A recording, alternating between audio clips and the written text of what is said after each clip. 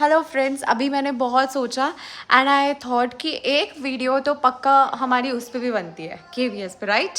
And इसके बाद फिर मेरी फैशन ब्लॉगिंग की होगी। मैंने रिंग लाइट मंगवा लिया है बिकॉज आप लोग मेरी वीडियो को ज़्यादा से ज़्यादा देख पाओ।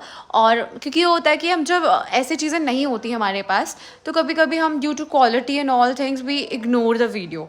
एंड आई थिंक कि अब मेरा टाइम आ गया कि मुझे थोड़ा और ग्रो करना है। So today I am just making a video on KVS कि KVS जिन बच्चों का अभी KVS के रिगार्डिंग एग्ज़ाम दे चुके हैं बट उनको डाउट है कि अब वो प्रिपेयर करे या ना करे, उसके रिगार्डिंग ये वीडियो है। और ये वीडियो ज़रूर देखना, बहुत इंपॉर्टेंट है। और इसमें मैं कुछ ऐसी चीज़ें बताऊंगी जो अभी भी कुछ लोगों को क्लियर नहीं है। बहुत वीडियोस उन्होंने देख ली होंगी लेकिन जो मेन एस्पेक्ट है वो सारे अलग अलग कंपार्टमेंटलाइज चीज़ें दिखा रहे हैं। कोई कुछ दिखा रहा है, कोई इंटरव्यू में ऐसे क्वेश्चंस आएंगे, ऐसी चीज़ें कर रहे हैं। बट जो ज़रूरी है मैं ऑल ओवर सारी चीज़ों को इसके अंदर डालूंगी। So please go and see the video. I hope you like the video. Please comment to, एक comment तो बनता है यार, ठीक है। चलो let's see. I hope you all are fine. ज़्यादा सेटिंग का थोड़ा इशू है अभी। आई थिंक कुछ ज़्यादा नीचे हो गया है, काफ़ी ज़्यादा, तो एलिवेशन नीचे है इसका। Let's see what happens. अगर वीडियो अच्छी नहीं आएगी तो हम उसके बारे में भी देखेंगे, but I will try my best कि आपको मैं जो चीज़ें हैं मेन कन्वे कर पाऊँ। सी, अब लोग बहुत कंफ्यूज है, सभी लोग कि KVS जो हमारे पेपर हो गए हैं KVS इंटरव्यू के लिए अब हमें क्या करना चाहिए। जो सबसे बड़ा स्टेप है अब वो यही है कि KVS के लिए क्या करें। We all are confuse in that situation. So अब 3 चीज़ें हैं जो हमें माइंड में है कि हु हैव टू प्रिपेयर, किसको प्रिपेयर करना है। ये बात बहुत सबसे ज़्यादा इम्पॉर्टेंट है कि अब बच्चे ये सोच रहे हैं, ये सभी वीडियोज़ में आपने देख लिया होगा कि हु हैव टू प्रिपेयर में सब यही बोल रहे हैं कि देखो कहीं ना कहीं मेहनत काम आती है और ये एक्चुअल है।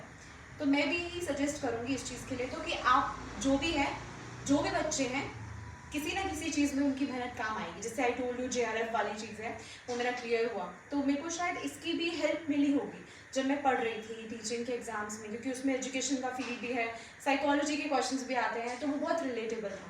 तो इस तरीके से हम अपनी हायर एजुकेशन में भी हेल्प कर सकते हैं और किसी और गवर्नमेंट जॉब के एग्जाम में। अब आते हैं कट ऑफ पे। मेरा मानना है कि एटलीस्ट 150 प्लस जिसके हैं, और रेंज अगर वो जा रही है 120 तक, तो यूँ लगा लो कि जिनके 120 प्लस हैं, 120 प्लस, वो तो जी जान वाली मेहनत कर दें। बिकॉज वही आपको पता है, एग्जाम्पल देती हूँ, जैसे किसी बच्चे के 130 मार्क्स हैं, ठीक है, 130 मार्क्स हैं और 130 मार्क्स अगर उसके हैं तो आउट ऑफ 180 हैं, लेकिन हमें पता है कि सिर्फ 70% रेशो लगेगी उसकी 1 से 70%, तो 70% हो जाएगा, 0 से 0 कट गया। एंड इसके बाद आप इसको कैलकुलेट करके अराउंड निकाल सकते हो कि 50 पॉइंट समथिंग आ रही है, कुछ मैं एग्जैक्ट नहीं बता रही, 50.5 आ रहा है अप्रॉक्सीमेटली। और किसी बच्चे के अगर 142 है, उसका 180 है और सेम वे में 70, आप देखोगे ना तो इसका रेशो कुछ ऐसा निकलेगा, अराउंड 56 मार्क्स के अराउंड इसके जा रहे हैं, 55 to 56, अंदाज़ा दे रही हूँ, एग्जैक्ट नहीं बता रही। तो कितना फ़र्क है 4 से 5 नंबर का। क्या आप इंटरव्यू में 4 या 5 नंबर नहीं खरीद सकते हो? बिल्कुल खरीद सकते हो। और डेमो टीचिंग तो सारी आपके हाथ में है, ठीक है। तो ये रही हमारी कट ऑफ की बात। तो कट ऑफ 120 प्लस मान के चलो, जिन बच्चों का है वो कर सकते हैं, ठीक है। अब ये बहुत जनरल बात हो गई, सभी कर रहे हैं। मैं ये एक वीडियो ये इंपॉर्टेंट इसलिए डाल रही हूँ कि ये सब चीज़ें दोनों तो डिस्कस हो रही हैं कि आप पढ़ने में, वो ज़्यादातर क्या कह रहे हैं, पोम्स ले लो, पोएम्स पर आ लो, लेकिन कोई भी कहानियाँ कैसे पढ़ानी है या चैप्टर कैसे पढ़ानी है, चैप्टर, स्टोरीज, इनकी बात ही नहीं कर रहा। तो उसके बारे में हम बात करेंगे, ठीक है, वो नेक्स्ट वीडियो में होगा। लेकिन हम थोड़ा सा ओवरव्यू दे रही हूँ कि क्या क्या आज हमने करना है, कि क्या क्या डिस्कस कर रहे हैं, कि अब पोम्स के अलावा चैप्टर और स्टोरीज पे भी फोकस होना चाहिए। ये आपका, ये तो हो गया NCERT वाली चीज़ कि हाँ ये सब क्या है, NCERT का पार्ट है, ये जो भी आ रहा है सब NCERT के अंदर है, ठीक है। NCERT से बाहर अगर हमें जाना है तो क्या पढ़ना पड़ेगा, सीधी सी बात है, NCERT तो हो गया, NCERT से बाहर भी जाना है, एनसीईआरटी से बाहर कैसे जाएंगे, कुछ पॉलिसीज़ हैं बहुत इम्पॉर्टेंट, पॉलिसीज़ पे फोकस करो। पॉलिसीज़ हैं, कुछ स्पेसिफिक पॉलिसीज़ के नाम बता देती हूँ। जैसे है प्रशस्त, मुझे याद आ रही है अभी, प्रशस्त बहुत पॉपुलर है ये, मेंटल हेल्थ के लिए पर्टिकुलरली है। प्रशस्त के अलावा बहुत सारी हैं, जैसे कि एक भारत, श्रेष्ठ भारत, ठीक है। मेरा मार्कर नहीं चल रहा है बट आप समझ गए होगे, सुनाई तो आपको दे ही रहा होगा। तो एक भारत श्रेष्ठ भारत जैसी कुछ पॉलिसीज़ हैं, आप इनको देखिए। पॉलिसीज़ के आगे अगर हम चलते हैं, पॉलिसीज़ तो हो गई, पॉलिसीज़ पे ही नहीं टिकना है। हमने क्या क्या देखा, तो हमने देखा कि हमें एनसीईआरटी पढ़नी है। एनसीईआरटी वो सबको जनरली पता है, पर हम पॉलिसीज़ के बारे में भूल रहे हैं। पॉलिसीज़ इम्पॉर्टेंट है, इंट्रोडक्शन तो है ही, बट इंट्रोडक्शन आप ज़्यादा क्या करो, इंट्रोडक्शन बहुत ब्रीफ, मतलब एक छोटा सा क्रिस्प जो होता है ना इंट्रोडक्शन, आप उसमें अपने मम्मी का नाम बता रहे हो, पापा का नाम बता रहे हो, सबकी डिटेल देने की ज़रूरत नहीं है। आप अपनी स्कूलिंग सीधा बोलो कि मेरी स्कूलिंग जो लास्ट स्कूलिंग है उसी पे नाम दे दोगे तो भी एनफ है। मैंने 12th तक इसमें किया था, उसके बाद ऐसे किया था, you don't need to tell that, ठीक है। तो एनसीईआरटी हो गई, पॉलिसीज़ हो गई। पॉलिसीज़ के बाद अगर हम बात करें, जो इम्पोर्टेंट चीज़ें हैं कुछ स्पेसिफिक बता देती हूँ। RTE 2009 बहुत इम्पोर्टेंट है, उसकी आपको छोटी सी वो ले लो कि समरी या कुछ ऐसे करके देख लो, और उसमें स्पेसिफिकली टीचर्स से रिलेटेड चीज़ें देख लो। RTE के अलावा NEP बहुत पॉपुलर है, सबको पता है, 2020, ये सब भी पढ़ना इम्पोर्टेंट है, ठीक है। और पॉलिसीज़ वगैरह हो गई, ये हो गई। इंट्रोडक्शन भी हो चुका है हमारा कि इंट्रोडक्शन करना है, इंट्रोडक्शन बहुत छोटा रखो, ठीक है। और अभी आगे एनसीईआरटी, पॉलिसीज़, RTE, NEP, उसके अलावा एक और चीज़ आ रही है जैसे कि सिचुएशन बेस्ड क्वेश्चंस, जो बहुत बार सभी सुनने में आया होगा आपको। सिचुएशन बेस्ड के लिए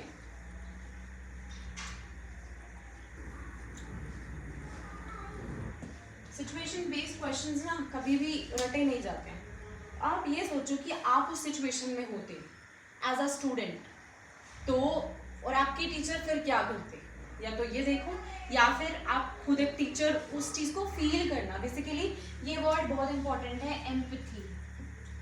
हम सिंपैथी तो बहुत बोलते हैं, एम्पैथी बहुत इंपॉर्टेंट है, एम्पैथी, ठीक है। सो वो वाली चीज़ एम्पैथाइज करना किसी भी क्वेश्चन से, वो इम्पॉर्टेंट है। एम्पैथी आप चेक करोगे किसी और के अंदर घुस के उसको फील करना। सिंपैथी आपने उसको थोड़ा सा दया भाव दिखा दिया, आपने उसको कोई भूखा है उसको रोटी खिला दी, लेकिन आप खुद उस भूख को सहन करके देखो तो वो एम्पैथी का पार्ट हो जाएगा, और आपको रियलाइज होगा कि जो बेचारा भूखा है उसको खाना नहीं मिल रहा है तो कैसा पेन हो रहा है। That is the thing, empathy की बात होती है, ठीक है। सो आपको ये सब चीज़ें इंपॉर्टेंट हैं। उसके अलावा I will discuss about some policies in next class, या 1-2 क्लासेस के बाद, जैसे भी अगर मान लिया रिजल्ट आ जाता है तो उसके बाद मैं चाहूँगी कि मैं डिस्कस करूँ। कुछ स्पेसिफिक पॉलिसीज़ हैं, कुछ नई पॉलिसीज़ भी हैं एजुकेशन से रिलेटेड, जो थोड़ा शॉर्ट नोट, मैं ज़्यादा बड़ा नोट नहीं देना चाहती, 2 to 3 लाइनर्स में एक पॉलिसी के बारे में डिस्क्राइब करूँगी। और इसके अलावा आपको कोई और सजेशंस हैं या कोई डाउट है, आप मुझे कमेंट कर सकते हो। I will answer your question in any next video, या फिर मैं कमेंट में भी आंसर। केवीएस आज का बहुत कॉमन टॉपिक हो गया है, बहुत ज़्यादा भीड़ लगी पड़ी है, इतने एस्पायरेंट्स हैं, इतनी होप लगाते हैं कि क्या करना है, वो तो चीज़ें हम बात कर चुके हैं कि कैसे अभी तैयारी कितनों को करनी है, किसको नहीं करनी है। बट अब आगे की बात करें, मैंने देखा कि केवीएस स्पेशली पीआरटी की बात करें, वहाँ पे क्या डिस्कस हो रहा है, सब लोग ये लेके आ रहे हैं, कोई मतलब फ्री, अब ये जो फ्री में बात करें तो कोई कुछ नहीं डिस्कस कर रहा, होम से आगे कुछ ज़्यादा नहीं जा रहे हैं। कुछ एक आध लोग कर रहे हैं तो बस थीम बेस्ड अप्रोच यूज़ कर रहे हैं, जैसे फूड कैसे पढ़ाना है, ये कैसे करना है, पर आप उसमें जो इनोवेशन डालोगे वो बहुत इंपॉर्टेंट चीज़ है। और वो इनोवेशन के लिए मैं आपसे आज चैप्टर्स डिस्कस करूँगी, क्योंकि चैप्टर्स लोगों ने अब तक इतना डिस्कस नहीं किया डिटेल में, ठीक है, प्रॉपरली, कि चैप्टर वो पढ़ाने को बोल दे। अब पैनलिस्ट हैं वो तो बहुत हाई लेवल है, उनको 1 मिनट लगेगी बोलने में कि बेटा जस्ट या जो भी हैं आपको बोलेंगे, जस्ट डू दिस क्लास 5 का ये चैप्टर, रैंडम ईवीएस की बुक का बोल दिया, तो व्हाट विल यू डू? उस सिचुएशन में आपको थोड़ा इनोवेशन जरूरी है चैप्टर के लिए, ठीक है। सो आज हम एक स्टोरी करेंगे, ठीक है, स्टोरी करेंगे और आपको बताना है वो कैसे करना है, क्या है, ठीक है। जो बेसिक चीज़ें हैं, फॉर एग्जाम्पल डेट, सबको पता है, बच्चों से पूछोगे बेटा what is the date today, can you tell me, तो बच्चे बताएंगे। फिर ऐसे करके आप डे पूछोगे, डे के बाद आप बच्चों से पूछना कि बेटा Avni what is the day today, तो आप थोड़ा इनोवेशन अपनी मर्जी से और कुछ इसमें करना चाहो वो इसमें भी कर सकते हो। सो ये तो बहुत सारे आइडियाज़ हैं, वो आपको थोड़ा खुद सोचना पड़ेगा। अब इतना डिटेल में मैं तभी बता पाऊंगी जब आप मेरी वीडियोस पे लाइक करोगे, सब्सक्राइब करोगे और मेरे को कमेंट करोगे, ठीक है। सो आगे टोटल स्टूडेंट्स की बात कर रहे हैं, प्रेजेंट की और ये एब्सेंट की, सब बता चुके हैं लगभग सभी लोग, ठीक है। और दूसरा ये क्लास कौन सी है, सब्जेक्ट क्या आएगा, ये सबको पता है। जैसे क्लास मेरी अगर 5th है तो सब्जेक्ट मेरा ईवीएस है, या फिर मेरा टॉपिक जो है, क्योंकि मेरे पास स्पेस ज़्यादा नहीं है लिखने के लिए मुझे, क्योंकि कुछ समझाना है। अब असली बोर्ड पे तो आप बहुत कुछ कर सकते हो, ठीक है। और फिर टॉपिक आपको अभी नहीं लिखना होता है शुरू में, आपको एंड में लिखना होता है इंटरेस्ट बिल होने के बाद, ठीक है। Let's start. सो मैं स्टोरी स्टार्ट करते हैं। Once upon a time there lived a beautiful family। आप लोगों की भी फैमिलीज है ना, तो हमने फैमिली का चैप्टर भी पढ़ा हुआ है, या कुछ भी ऐसे करके आप शुरू करोगे, ठीक है। सो बच्चों से थोड़ा कॉन्वर्सेशन करोगे कि बच्चों बहुत बोर हो गए होंगे, चलो आज हम एक स्टोरी सुनते हैं, ऐसे करके आप थोड़ा कॉन्वर्सेशन करके फिर स्टार्ट करो स्टोरी। वो आपको थोड़ा बहुत आइडिया सभी वीडियो से मिल गया होगा। सो हम स्टार्ट करते हैं। Once upon a time there lived a beautiful family। आपकी भी प्यारी सी फैमिली है। अब उस फैमिली में कौन रहता था? उस फैमिली में एक ना, मैं पिक्चर ड्रॉ कर रही हूँ, आपको बताना है कौन है वो, ठीक है।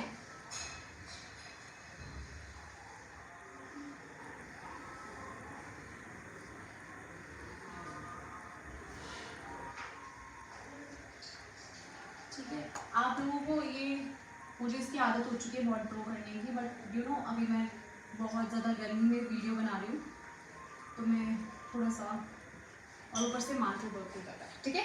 सो ये है हमारी मिस पोटैटो। कौन है ये? मैंने पोटैटो नाम इसलिए लिखा है क्योंकि मुझे थोड़ा सा इंटरेस्ट डेवलप करना है, क्योंकि बच्चों को हो सकता है वेजिटेबल्स नेम आपने करा दिए हो अब तक, हो सकता है ना। और नहीं तो आपको एक फनी सा नेम रखो जो बच्चों को अट्रैक्ट करे, और कुछ गंदा भी नहीं होना चाहिए कि जो मतलब ऐसे मीडिया से रिलेटेड आपने शिनचान रख दिया, वो भी नहीं होना चाहिए। हमें थोड़ा सा ध्यान रखना उस चीज़ का, ठीक है। सो आपने मिस पोटैटो रखा, और उसके बाद आते हैं, कंटिन्यू करते हैं। अब वो मिस पोटैटो क्या हो गया, वो अपनी फैमिली के साथ एक मेला में गई। Do you know, you have gone to mela, कभी गए हो?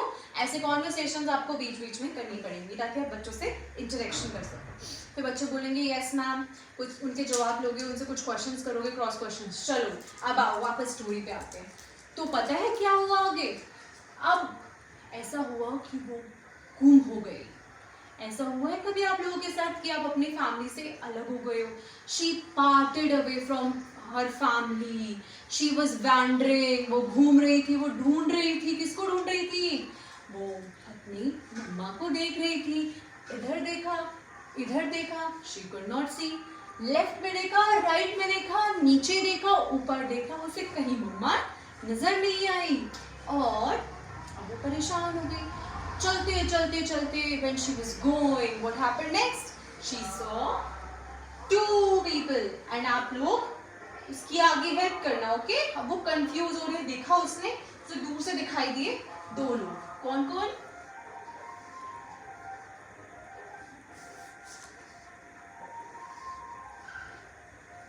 बहुत छोटा बन गया है, इतना भी छोटा नहीं बनाना है।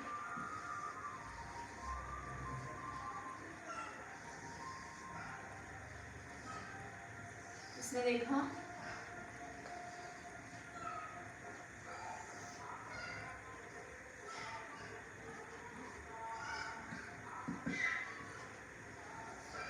उसने ये देखा, और इनका नाम पता है क्या था? इनका नाम था मिस बबली, ठीक है। और जो नेक्स्ट है वो क्या है? उसने एक और जो देखा था वो था एक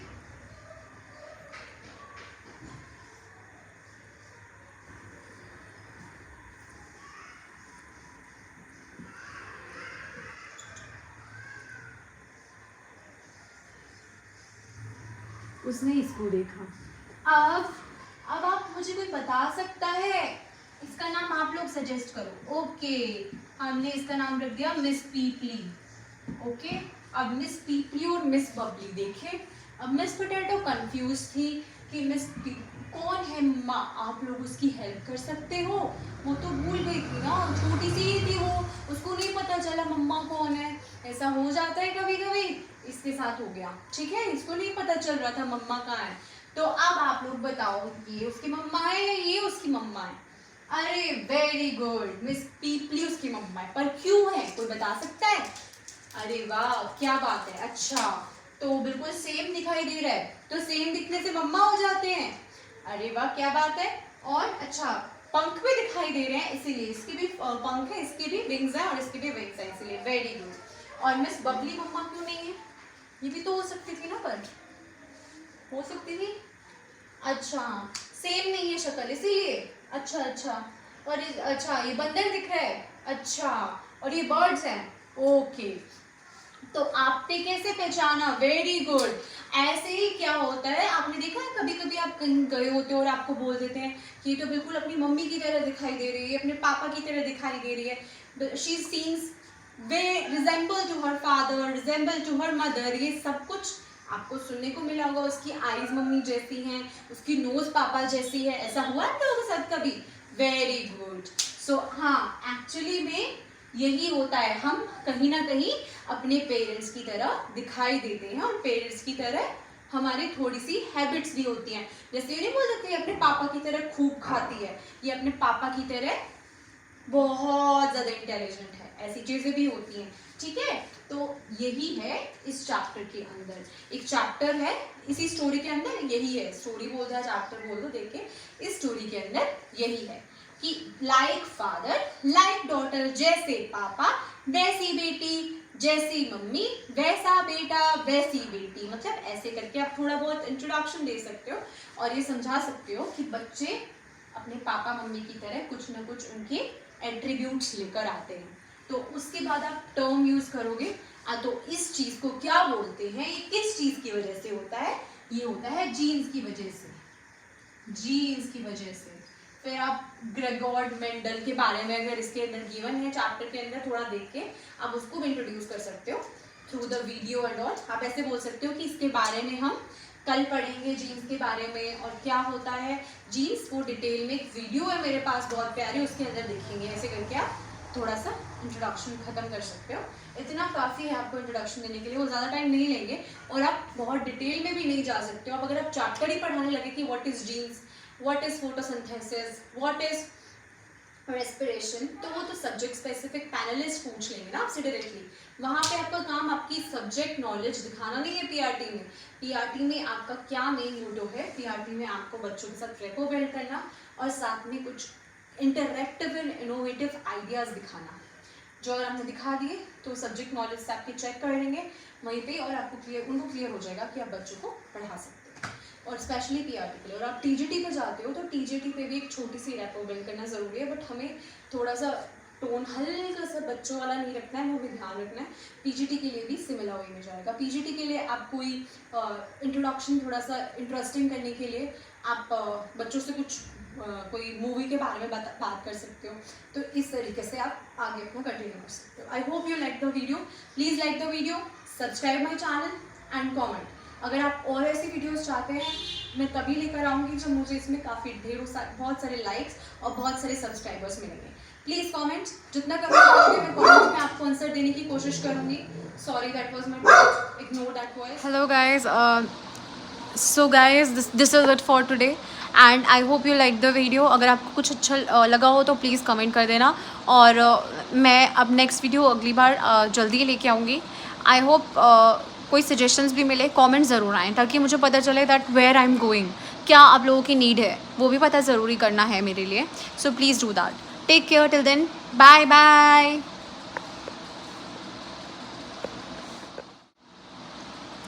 Till then, bye bye my little cuties. I will come with the next video very soon. Bye bye.